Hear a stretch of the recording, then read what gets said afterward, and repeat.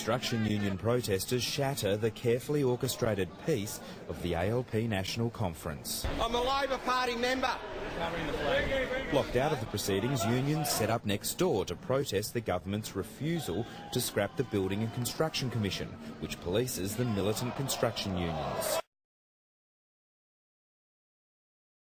The man who helped save the rocks from being bulldozed has joined the fight to save another historic Sydney site. Today he was back on the job encouraging union workers to impose a green ban. In the battle to save Pyrmont's historic Union Square, residents today called in the big gun, legendary Green activist Jack Mundy, the man credited with leading the union charge to save the rocks from demolition in the 1970s. The rocks has now over 1 million people a year go to see the birthplace of convict Australia, and yet would they go there if they're all 30 and 40-storey buildings? Just like he did 35 years ago, he backed a call for building workers to slap a green ban on the planned Metro station site. To stop Sydney Metro turning our neighbourhood into rubble. All those in favour, please raise your hand. Union members threw their full weight behind preserving the square's 19th century buildings. Putting your hand up is the easy part, but I'm confident that when we do call on you, you'll be there in mass. Thank you. Union bosses say they'll not only call on their members to down tools, but to form a human perimeter around these buildings to stop them being demolished.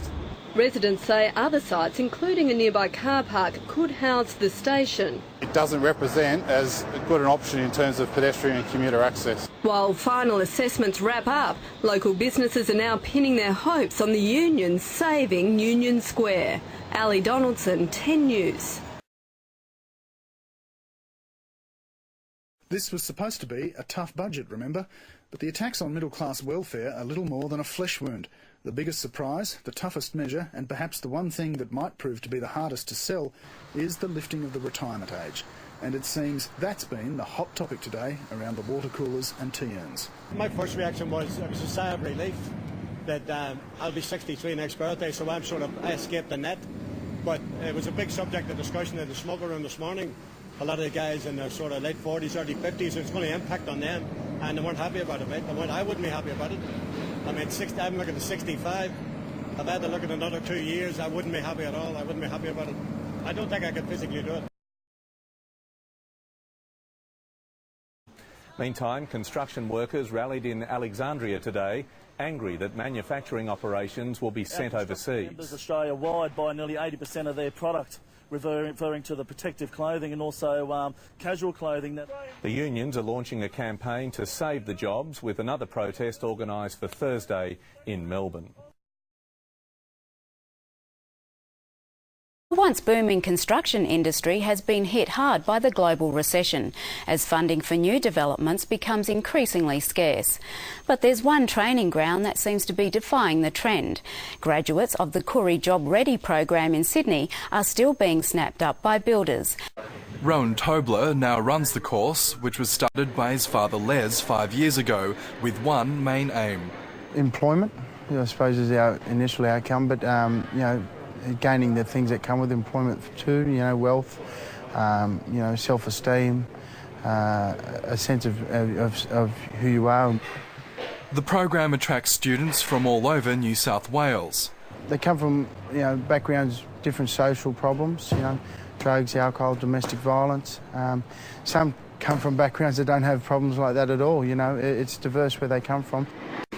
26-year-old Matthew has already worked in construction, but wants to boost his skills and become more qualified. I'd like to get an apprenticeship out of it if I can and get a bit of more permanent work. It's good to build up confidence in blokes that haven't had a go before and just sort of want to have a go at it before they go out to, sort of get a job. Two men have been buried alive in the Hunter Valley when a wall of soil collapsed onto them at a construction site. One worker was rescued, but efforts to save the second man failed. They were digging a horse wading pool on an East Maitland stud farm when the trench walls collapsed. Two men were buried alive, 5 metres deep. It appears that one of the workers is deceased and the other one has been taken to John Hunter Hospital in a serious condition. He was airlifted in the Westpac Lifesaver helicopter with only bruising and cuts to his head. It was a third man who raised the alarm, lucky to escape the deluge of dirt just after midday.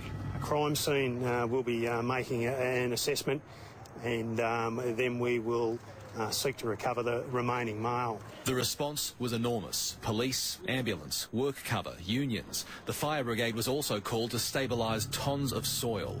It's exhausting work and dangerous. The soil is unstable and could give way as they work into the night to retrieve the body of a 28-year-old man.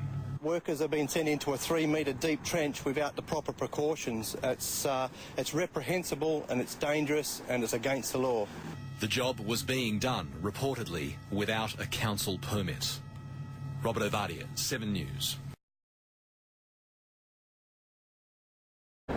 Around 2 o'clock this afternoon, a loud crash echoed down Castlereagh Street. It was a lucky escape for more than 100 construction workers. You heard the noise, it was like a car crash and everyone came running out, and you heard construction workers saying, get out, and shouting, get out of there.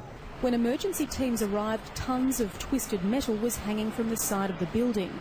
Nearby businesses were evacuated.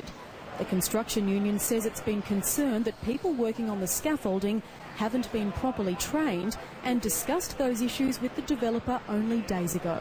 There's shortcuts being taken and there's going to be a continuation of lives being put at risk. The scaffolding is still unstable, hanging by just shade cloths and chains. The debris would go some 100 metres either side. However, the main component is obviously captured within the confines of the building. Engineers from the Department of Commerce are now inspecting the work site. The union has imposed bans on it until an investigation is complete.